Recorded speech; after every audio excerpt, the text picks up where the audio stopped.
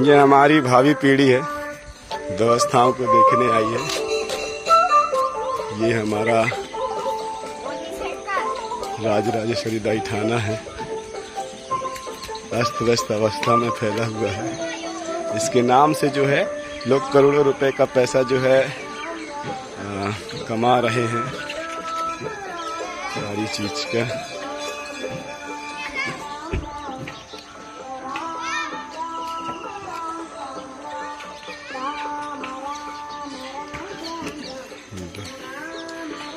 व्यवस्था ये पूरा जो मैदान देख रहे हैं, ये गोंडवाना का राज किला था।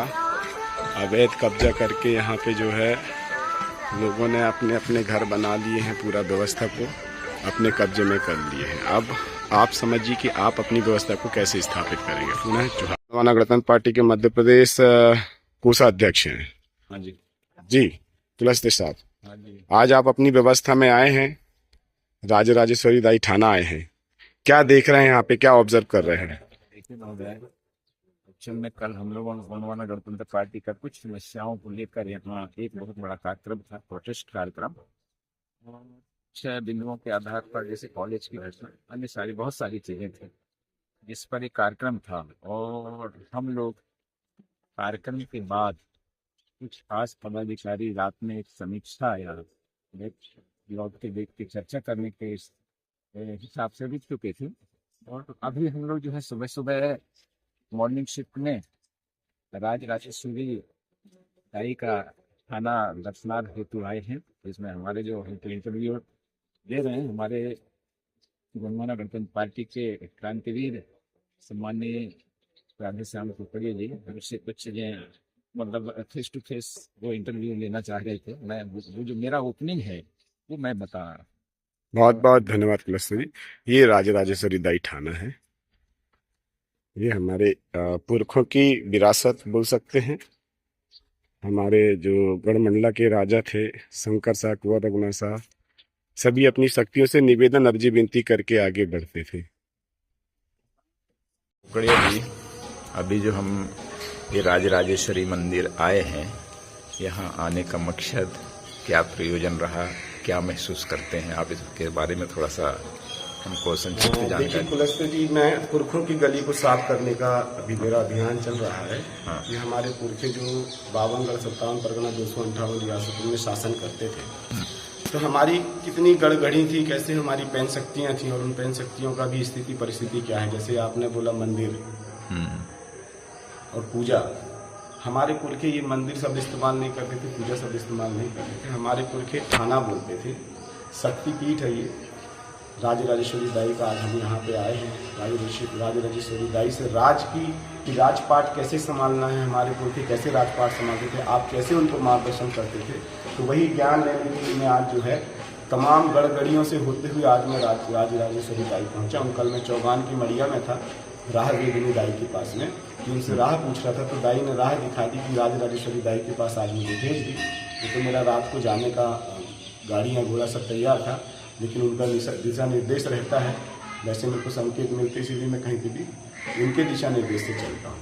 तो राजराजेश्वरी दाई से आज मैंने जो है 52 गढ़ 57 परगना 258 रियासत को स्थापित करने के लिए रहस्य मांगा है, जिनसे अर्जी विनती निवेदन किया है।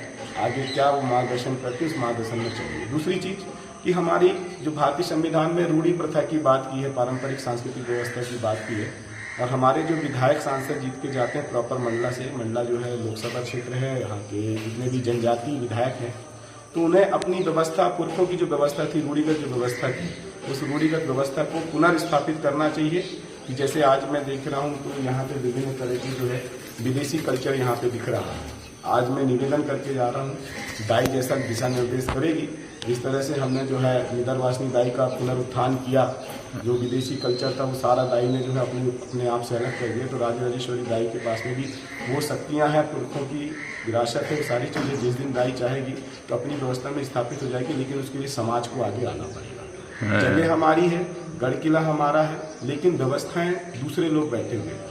हमारे पुरखों ने इतना बड़ा महल बना के दिया, दाई का थाना बना के दिया, लेकिन हमारे थाना बाना में जो है दूसरे लोगों ने कब्जा कर लिया, विदेशियों ने कब्जा कर लिया है, लेकिन हमको कब्जा करने के लिए हमें हमारी अवस्था को पुनर्स्थापित करना पड़ेगा। इसके लिए आज हम जो है राजराजेश्वरी बाई के थाना पे आए हैं और यहाँ की स्थिति परिस्थिति देख के जा रहे हैं। अब मैं समाज के बीच में जाके इस स्थिति परिस्थिति को भी जो है भले भांति से जो है मैं उनसे चर्चाएं करूंगा और चर्चा के बाद में जो भी चिंतन मंथन होगा, मूंद सूद शरीर में जो भी विचार निकलेगा उस विचार पे हम सब लोग काम करेंगे।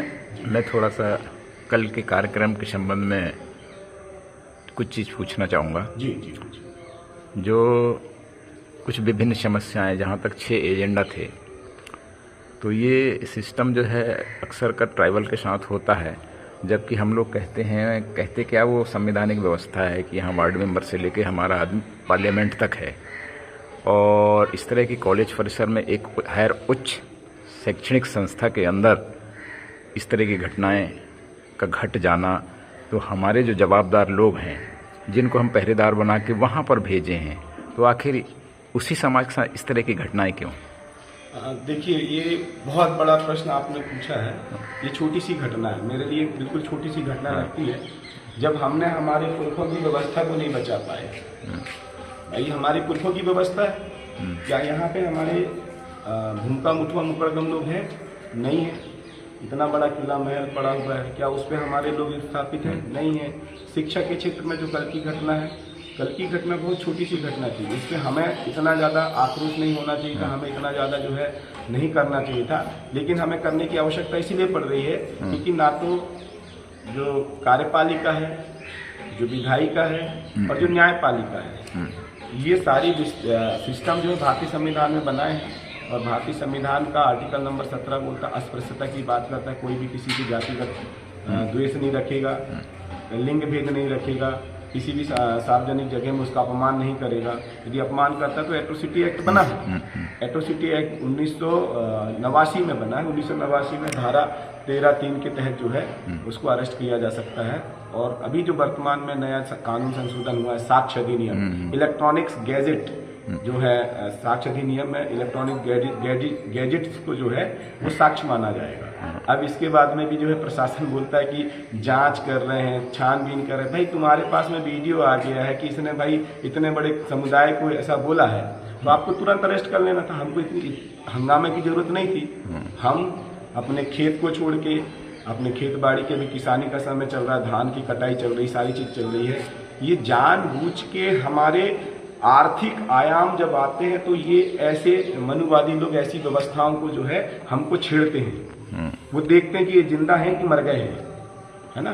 तो समाज को इस चीज को समझना होगा कि अपने हक अधिकार के लिए जो विधायक सांसद को आप चुन के भेज रहे हैं, ऐसे विधायक सांसदों को अपने क्षेत्रों में घुसने से वर्जित कर दीजिए कि जो हमारे मान सम्मान स्वाभिमान के लिए खड़ा नहीं हो सकता। तो भारतीय संविधान के आर्टिकल नंबर 342 के तहत हम अनुसूचित जनजाति में आते हैं और उसी के तहत जो है उनको आरक्षण मिला है। ये क्षेत्र आरक्षित क्षेत्र और आरक्षित क्षेत्र से चुन के जाते हैं। तो ये चुन के जा रहे हैं किससे? आरक्षित क्षेत्र से, सामाजिक व्यवस्था से। यदि सामाजिक व्यवस्था की रूढ़ी प्रथा नहीं होती, उनकी परंपरा नहीं होती, तो ये आदिवासियों का वो लेके जो है क्या नहीं करते, विधायक सांसद नहीं बनते। तो आरक्षित क्षेत्र से विधायक सांसद बन रहे तो उनकी रिस्पॉन्सिबिलिटी बनती है कि जनजातीय क्षेत्र में जनजातियों के ऊपर में हो रहे अन्याय अत्याचार को तुरंत रोकें। और जो यहाँ पे सुरक्षा बल है, पुलिस प्रशासन, उनको दिशा निर्देश आदेश करें, कलेक्टर प्रशासन को आदेश करें कि ऐसी घटनाएं दोबारा नहीं होनी चाहिए और घटना से पहले ही जो है उसको रोक दिया जाए और भारतीय संविधान को जो है गांव-गांव जाके पढ़ाया जाए। आज भारतीय संविधान का मूल अधिकार किसी को पता नहीं है, अपनी ड्यूटी पता नहीं है। तो मौलिक अधिकार और कर्तव्य, इसको जो है जाके पढ़ाना चाहिए। और वो काम जो है अभी मैं वर्तमान में राधेश्याम कपूरिया, मुझे लोग क्रांतिकारी भी बोलते हैं, तमाम तरह तरह के नाम से पुकारते हैं। तो मेरा पहला उत्तरदायित्व है कि हम हमारे समाज को भारतीय संविधान के तहत जो उनको जागरूक करें, अपने हक अधिकार के लिए जागरूक करें। हमारी लड़कियों, हमारी माता शक्तियों के साथ में हो रहे अन्याय अत्याचार को रोकें, हमारे भाइयों के साथ में हो रहे अन्याय अत्याचार को रोकें। हमारे जल जंगल जमीन में लगातार कब्जा हो रहा है, लगातार जो है उस पर क्या हो रहा है, अतिक्रमण हो रहा है। अभी मैं जबलपुर में था, आपको एक घटना बता दूं। साधना पोर्ते, उसका मकान जो है गिरा दिया गया, साधना गुप्ता लिख के। जबरचंद चोपड़ा जो है एक सामान्य वर्ग का व्यक्ति है, उसके द्वारा गिरा दिया गया। अब जानकारी मुझे मिली कि उसके पीछे में जो है हमारे जो मंत्री हैं, PWD मंत्री राकेश सिंह का हाथ है। भाई किसी भी साधारण व्यक्ति आदिवासी का मकान नहीं गिरा सकता जब तक उसके पीछे ऐसे मंत्री विधायक ना हो। तो मैं राकेश सिंह को भी बोलना चाहता हूँ, पीडब्ल्यूडी मंत्री जी को, कि आप हमारे आदिवासियों के ऊपर में अन्याय अत्याचार करना बंद करें। हमें मालूम है कि वो जमीन 10 करोड़ की है, उसकी वैल्यू 10 करोड़ की बीट मार्केट तो रहती बोली धीरे गले जल के मछरिया जल बिना तरसे अन बिना तरसे किसान गढ़ा मंडला के राजा तुर बिना तरसे जोड़ी बिना जो बेराय गरे दो गढ़ा मंडला के राजा तुर बिना तरसे जोड़ी बिना दो बेराय गरे दो तो रहती बोली धीरे गले जल के मछरिया जल बिना तरसे अन बिना तरसे किसान।